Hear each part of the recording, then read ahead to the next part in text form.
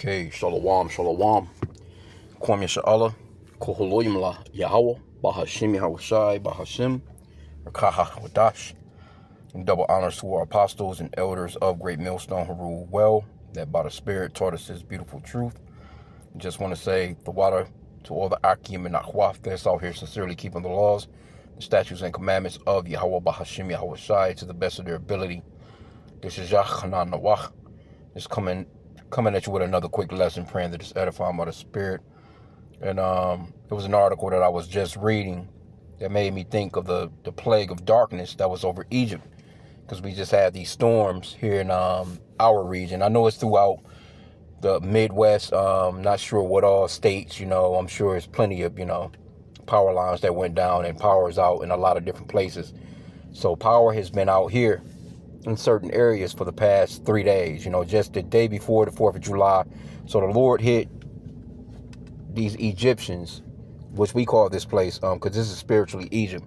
But the Lord hit these Egyptians, with the perfect plague for their 250th anniversary. So the article that I was reading right here, it's pretty much is going up into, with some good information as far as if your power is out and you have food in the refrigerator, which a lot of people, they're going to have to throw out a lot of food.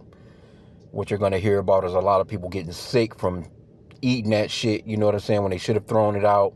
Because people don't really be knowing, really what to do, or, how to, because our people are destroyed for lack of knowledge. They don't really read. They don't check into stuff, Some people know. You might smell something and be like, nah, that's not good. But, it's going to be a lot of food thrown on. It's going to be a lot of money wasted. Just like you went out and wasted all that money to get your pork ribs. You got shrimp kebab on the damn grill. You got pig feet in the fucking greens. You made all this, you got lobster in the mac and cheese. So the Lord pretty much is going to make you eat until you have to throw that shit up that you did cook. In the meanwhile, all the rest of your food is going bad. And now you're going to have to try and replace all that shit. So you're going to be out even more hundreds of dollars of waste when it comes to, what I'm saying, the food that has to be thrown out. People waste, when those storms go down like this, your freezer, if you don't open which they're going to go into in the article, it says power still out. Here's how to tell if food in the refrigerator is safe, right? So it's a good article for people that may not know no better, but you do have people, motherfuckers don't watch the news. They don't care. They go right off in there and they're trying to save and salvage everything because food is expensive. You don't want to throw anything out right now. So pretty much if the Lord knocks your power out and your food go bad, that's judgment, man. That's like a plague on your ass. But a lot of these they went out, they spent all their money on this 4th of July shit when you shouldn't have, because it's an idolatrous holiday, or it's a murderous holiday of your own people. You're actually celebrating your captivity, your oppression. And so the Lord, like, all right, well, I'm going to make you eat that 4th of July food. And that's going to be all that your ass is going to eat for a moment. Now, saying all that to say this, I was riding my bike yesterday, and it was kind of like nighttime at that point, because it was the Shabbat. Shabbat had ended, so the sun had already gone down. But, I kind of try and get an evening bike ride in. So I'm riding my bike, and I'm coming up my block. Now, just on the other side of the street on my block, no one has power. Mind you, I got a power line out in the back of my house. The power line actually fell directly by my truck. And I had to, I was kind of scared, but, by the spirit and power of Yahweh, by Shem Yahushai, I was able to move my truck because the shit was on fire and my truck was right next to it, which was, it was the spirit. I just prayed. I was just going to leave the shit, but I'm thinking like, damn, that shit right by the damn gas tank. That shit going to blow the damn truck up. It's going to catch the damn garage on fire. It's going to do this, and this. So the Lord made the rain pick up. The rain picked up, and it actually put the fire out on the power line. So it was still smoking because it was just that damn hot. But I was able to get into my, I had some grounded shoes on, so to speak, But I was able to get into my truck and go ahead and pull it away and move it. And then right after I done that, it stopped raining. and the damn power line started back sparking and getting back on fire. So, I was just like, I was just praising Yahweh Bashim Yahushai. Now, mind you, I got a power line out in the back of my house that's been down for the past couple of days.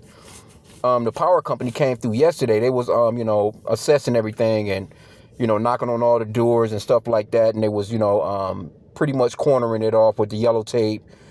Letting people know, all right, you got a power line down, this, and this, don't go and near it and all that other good stuff. But I got a power line out in the back of my house. Now, my internet went out, but I just noticed that the internet was back on yesterday. I'm like, yeah, the internet I was already preparing. The internet going to be out for about a week before they get out here because they got to cut trees. There was a tree that fell on the power line. They got to cut trees. They got to come through. They got to do all this. And I'm just expecting like, all right, the internet will be out for about a week or so. You know what I'm saying? And I wasn't tripping on it. I just come outside, use my regular phone, you know what I'm saying, and do videos, and that's that. Because I don't really get that good of a signal inside. You know how phones are, with these services. It's horrible if you don't have internet. But anyway, saying all that, with that power line being out in the back of my house, I still got power. And my internet came back on. But the people across the street, the whole block is out. That whole shit is midnight. Like, for real. And I was like, dang, all right, well, all praises to Yahweh Bashim Yahushai. But it did kind of remind me of, what I just went into. Let's just go back to this real quick and read the plague of Egypt at that particular time. That plague of darkness. Matter of fact, it goes off into, I think it's in Psalms. It might be chapter 75.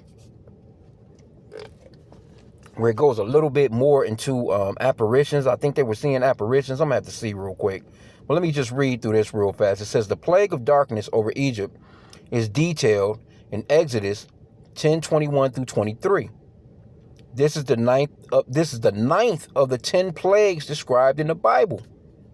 So, and we're pretty much there, man, because the end of this age is coming. That's the reason why we tell our people, you so-called blacks, Hispanics, and Native Americans, to repent to the Father Yahweh in the name of his son Yahushai, because we are at a point of the end of an age.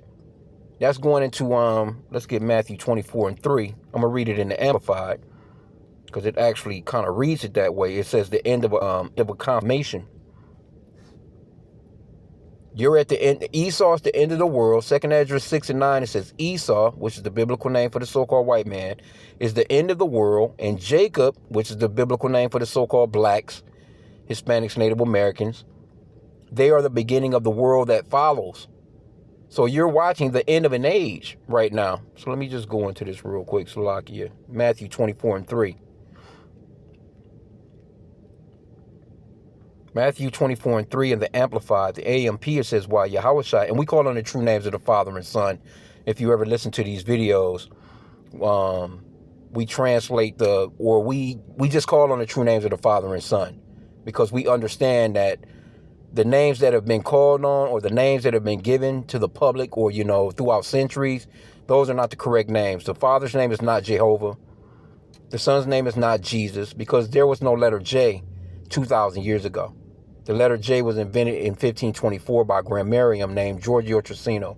You can look that up. That's a simple Google search. It'll give you the whole information as to when the letter J came about, why it was created, how it was moved and became a part of the alphabet as it is today. But 2,000 years ago, there was no letter J, so no one was calling on Jehovah or Jesus. So we call them by the true names. The true name of the Father is Yahweh, which means he exists, or the existing one. Yah meaning he. Whenever you see Yah, means he. Because, names had a meaning in the Bible. Everyone's name, people wasn't just naming their names, their children, all these weird ass names. Shaquika and Deontay. And no. Our names had meaning. So when the name was called, it actually moved in the spirit. That was a name, man. Names mean something. So Yahweh, Yah meaning he, Hawa is going to exist, or the existing one. And the true name of his son is Yahushai. Yah meaning he, Yahushai is going into savior or deliverer. He will deliver, so the names of the men of the scriptures always meant something.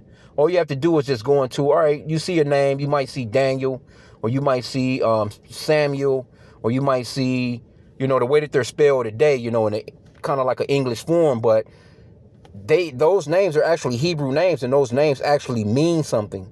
So Yahweh, again, meaning he exists, and Yahweh Shai means he's the savior or deliverer. Those are the true names of the Father and Son. So I just wanted to explain that real quick. But let's get verse 3 here. Matthew 24:3 in the Amplified. While Yahweh Shai was seated on the Mount of Olives, the disciples came to him privately and said, "Tell us, when will this destruction of the temple take place, and what will be the sign of your coming, and the end, completion, consummation of the age? See, over here it says, and the end of the world.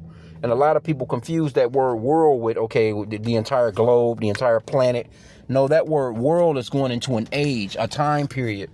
And we're living in the time period of Esau, and this is spiritually Egypt. And what happened in Egypt before the Lord brought the children of Israel out of there? He plagued Egypt. That's what you're seeing going on in America, because America is spiritually Egypt. It's being plagued. Got all kinds of storms going on. You got on one side of the damn country, tornadoes and twists. Another side of the country, you got brush fires that's uncontainable, just burning hundreds of thousands of damn acres. You got floods going on in certain. So the Lord, he's plaguing this place, man, because of the children of Israel. Okay, but it says, the scripture recounts how God instructed Moses to stretch his hand towards the sky to bring a darkness that can be felt over the land. A thick, total darkness covered Egypt for 3 days. Now, mind you, like I said, the power, that shit has been on for like 3 days. I've been seeing trucks. They all through the neighborhood. Trees all over. They got to cut a lot of trees. There's trees that's actually blocking streets. There's trees on top of houses. And it was a real dark, vague 4th of July. Because I rode my bike through the neighborhood. You had a few people, I guess they had already planned some shit that was still trying to get out there and keep it going. But it was sad, man. The mirth was not there. Right? So the Lord clipped them niggas' lights, man. So now you got to deal with all that food you got in the freezer. All that food you got in your refrigerator. So now what you're about to see is a bunch of goddamn flies. Sweet bees and fucking hornets and whatever else is attracted. A bunch of damn ants. You're about to get a plague of that shit when they start to throw all this food out, because you can't keep it in the house. That shit brings a stench. And then from there, now you got a whole bunch of fucking possums. You got a bunch of damn raccoons. Anything that's in it, because we got a lot of little animals in the neighborhood. You're going to get a plague of all that. Every time you open your damn door, a swarm of flies going to fly into your shit. Now you trying to deal with that, So the Lord is not playing no games with you jakes that don't want to listen, man. Okay, but it says, a thick total darkness covered Egypt for 3 days, stopping people from seeing one another and moving about. Notably, during these 3 days, the Israelites had light where they lived, see? So I've had lights. Matter of fact, I was real surprised. I was like, damn, my internet on? I'm looking at, how your little symbol pop up on your phone? I'm like, nah, this shit can't be, you know what I'm saying? I went and I grabbed another phone that I be using to do videos and stuff. I'm like, oh shit, this shit is on. Then because I went into it, because that particular phone, it don't have no service. I just normally use it with the internet. And my damn internet was on. Got lights. Watching, you know what I'm saying, videos and stuff like that. You know what I'm saying? Just, And again, I'm riding my bike up the street, just across the street.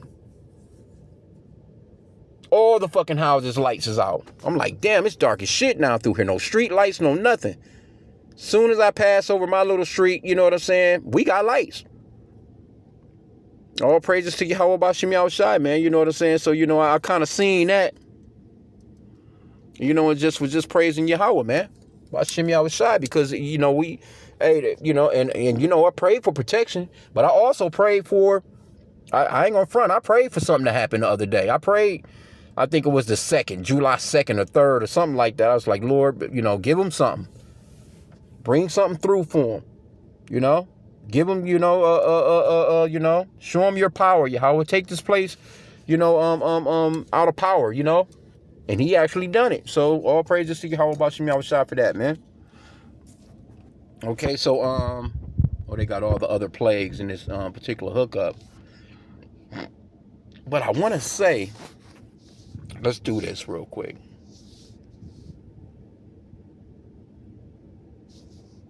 Let's put in apparitions.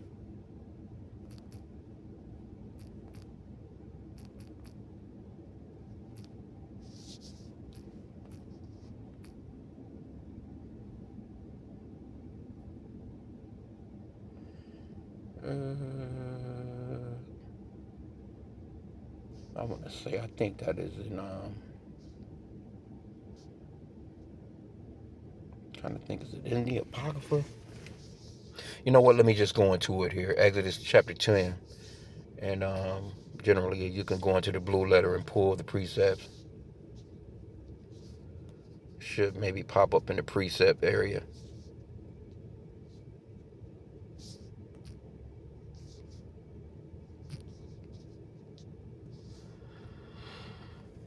Let's see here.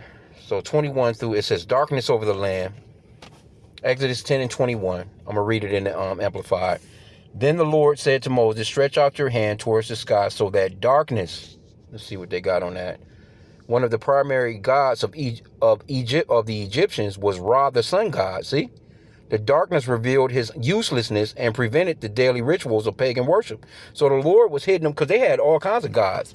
So each one of their gods, the Lord showed that their God wasn't shit. and pretty much, America, they're into that sun god shit too, with their Sunday worship. Scriptures don't say nothing about worshiping on no damn Sunday, but they've made the Sunday, that day of the week, their religious day of the week, here in the Americas, man, which is spiritually Egypt.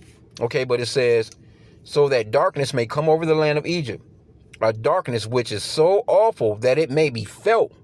You can just feel it on you. Let me get that back again. Exodus 10 and 21. Then Yahweh said to Moses, stretch out your hand towards the sky so that darkness may come over the land of Egypt, a darkness which is so awful that it may be felt. So Moses stretched out his hand towards the sky, and for 3 days, a thick darkness was all over the land of Egypt. No sun, no moon, no stars. Now you got to realize, one of those damn street lights back then, it wasn't like I can call the energy company, oh, there's a power line out in the back. You couldn't even see with matches or lamps in this particular situation. It says the Egyptians could not see one another, nor did anyone leave his place for 3 days, but all the Israelites had supernatural light in their dwellings. Then Pharaoh called to Moses and said, go, serve the Lord.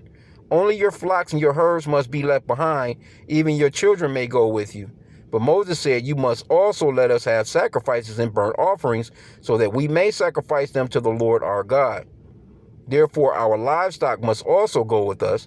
No one hoof shall be left behind. For we must take some of them to serve the Lord our God, even if we do not know with what we will serve the Lord until we arrive there.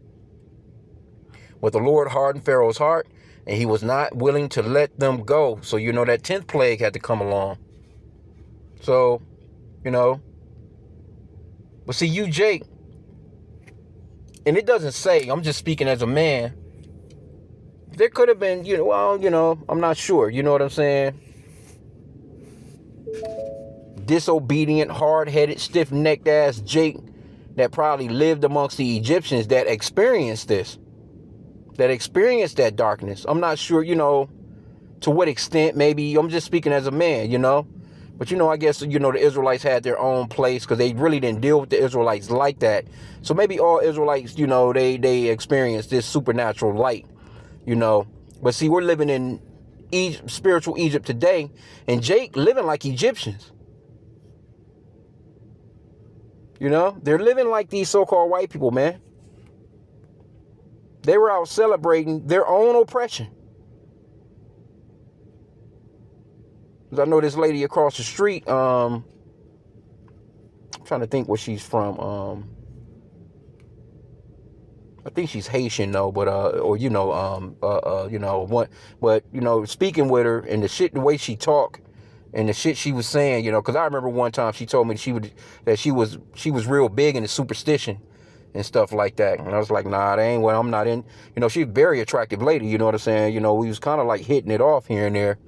I'm thinking like, nah, and then I'm just observing shit.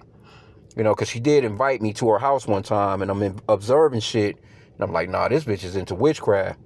Just seeing shit around, the way she was doing shit, and just certain, I'm like, nah, I seen her damn lights was out. Her car was gone. I guess she had somewhere to go because she won, but at the same time, too, you got these refrigerators full of bullshit, full of, GMO foods. And you're going to have to throw all that shit out. You got a freezer full of fucking pork. You got a freezer full of pork sausages, pork links. Freezer full of crab legs. Freezer full of oysters. Freezer full of, abominable foods. And the Lord going to make you vomit that shit out, basically. Or throw that shit out. Let me see, though, what I wanted to get. I wanted to see.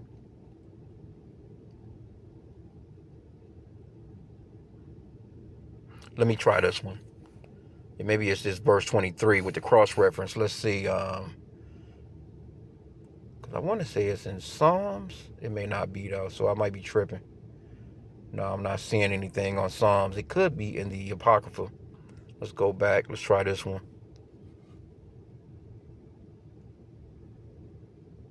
Yep, I think it might be Psalms 105 and 28. Let's see. It's 105, maybe. Yeah, that was the one. Let's go into this. I was thinking 75, but it was Psalms 105. Okay, so I'm going to read a little bit into this. But it's basically 28. I'm going to start at verse 26. It says, he sent Moses, his servant. Psalms 105 and 26. He sent Moses, his servant, and Aaron, whom he had chosen. They showed his signs among them and wonders in the land of Ham, which is Egypt. He sent darkness and made it dark, and they rebelled not against his word. See? He turned their waters into blood and slew their fish. Their land brought forth frogs in abundance in the chambers of their kings. He spake, and there came divers sorts of flies and lice in all their coasts. He gave them hail for rain. That was you had hail during the Donald Trump speech at Mount Rushmore. They had to get the fuck out of there. Oh, yeah, we need to go and find shelter. They were trying to play it off, right? So just wanted to just touch on this for a hot sec. I just found it interesting. But in this article, again, they do give some pretty advice. I mean, it's common sense stuff. Because really, there's nothing you can really do except for what you can. If you got some big enough coolers, you just got to go and buy a bunch of damn ice. And I seen a guy unloading a pallet of fucking ice yesterday. I'm like, damn, what the fuck you about to do with all that fucking ice? A big ass pallet. You see them, they be dropping off ice for those ice boxes, but they don't be having no whole damn pallet.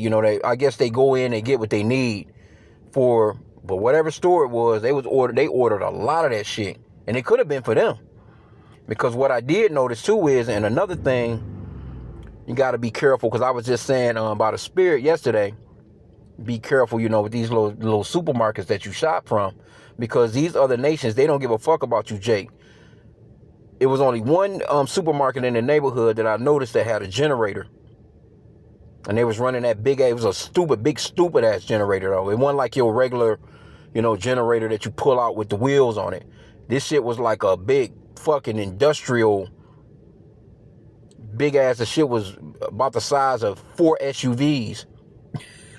But they was running that generator to keep their meats and their freezers and stuff like that running in cold, and the freezers going, so the meats and all that shit, because they, that's a lot of product, what I'm saying, that they would lose if it were to go bad. But I noticed another supermarket. I seen the people outside, what I'm saying, but the doors was locked, so to speak, they were shut.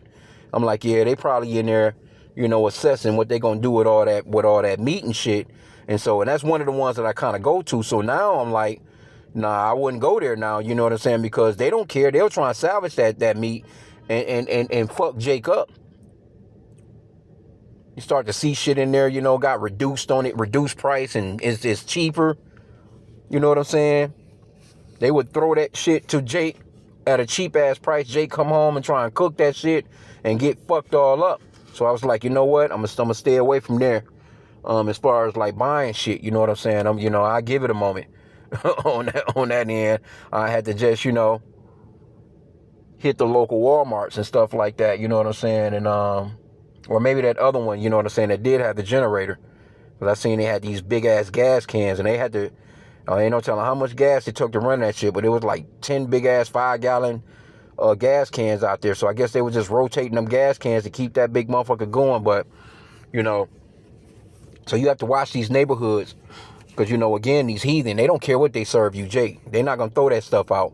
They're going to salvage as much as they can. They're going to sell that shit at reduced price. And they're going to get what they can out of it instead of just throwing that shit out. Because that's how they treat you, Jake, man. They don't give a fuck about you getting sick. They already got this fucking explosive diarrhea going on. Right? But anyway, they were just talking about how they was giving you, options on what you could do. And it was something that always, it's kind of always been a rule anyway. If you're not sure about it, throw that shit out. They say never taste the food to determine whether it's okay.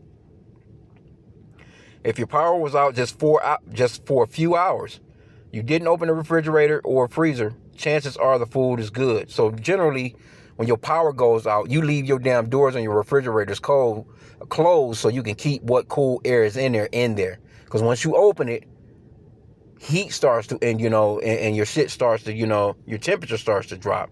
So if you don't have to go in there, just leave that bitch closed. A refrigerator should be kept cold for 4 hours. And half full freezer, 24 hours. 48 hours if the freezer is full. If you don't open the doors according to the USDA's Food Safety and Inspection Service, you can transfer the food to a cooler with enough ice to keep the cooler at 40 degrees or below, adding more ice as needed. So that's pretty much all that you can do. If you got some coolers, then already know, they price gouging on a bag of damn ice. Seen plenty of people grabbing ice Sunday morning. If you know the power will be out for an extended period, get ice or dry ice to keep food cold. 50 pounds of dry ice, the Food and Drug Administration says, should hold an 18 cubic foot freezer for 2 days. Take care when handling dry ice. Yeah, that dry ice will fuck your ass up and take your goddamn limb off. Don't handle it with bare hands or place it directly on food. Use a refrigerator, freezer, thermometer, all that good stuff. Yeah, so you pretty much got up to 4 hours. If the power is off longer, transfer the food to coolers and fill it with ice or frozen gel packs. You need to make sure there's enough ice to keep the food in the cooler 40 degrees or below, replenishing the ice as it begins to melt. So that's the thing right there, that 40 below, because it says foods to toss. These are foods to get rid of. Bacteria can grow in these foods that have been above 40 degrees for 2 hours or more. Discard the following if your refrigerator has been without power for more than 4 hours. Raw, cooked, or leftover meat.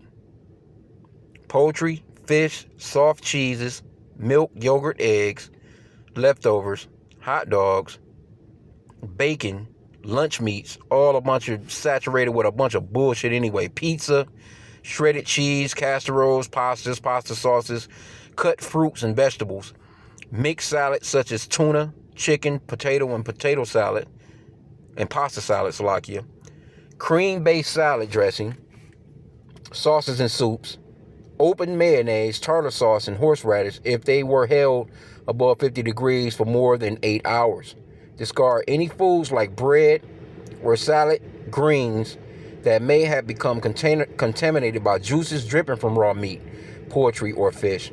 Sour cream based or any dairy based dips, fruits and vegetables that have become slimy or spoiled.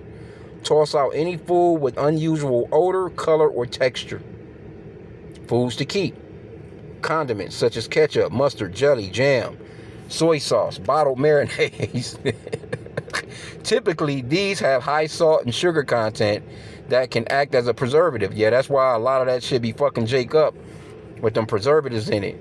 Keep in mind that jams and jellies can grow mold after 3 or 4 days. Toss out ones that show signs of mold. Butter, margarine, hard and processed cheeses are typically fine.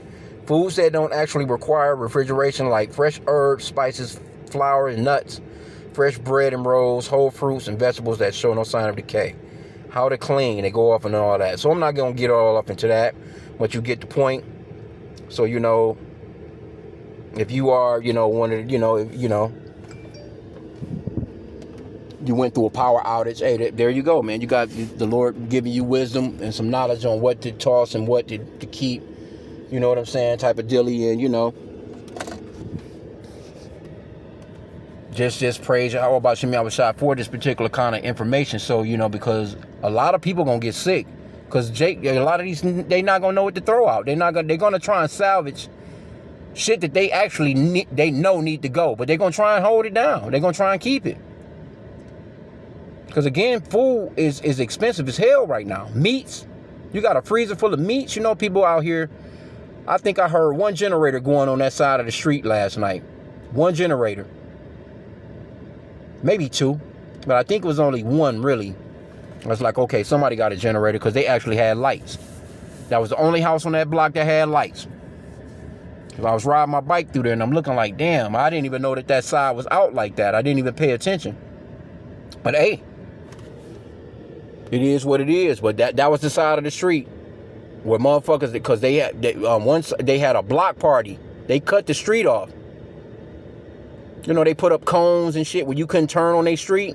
I was like, what kind of motherfuckers, what about the people that's actually within the block that don't want nothing to do with this shit? They can't even get their car out.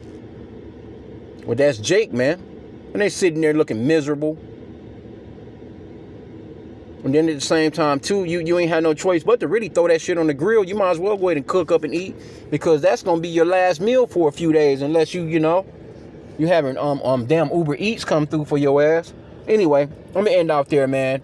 Jake gonna learn. We are living in these last days. The Lord is not playing. And I wouldn't be surprised if you see the ambulance. If I see the ambulance pulling up on some of them houses to swoop some of them niggas up from food poisoning, man. So with that, pray that the lesson was edifying. Kwame Shala and a Baba Ball.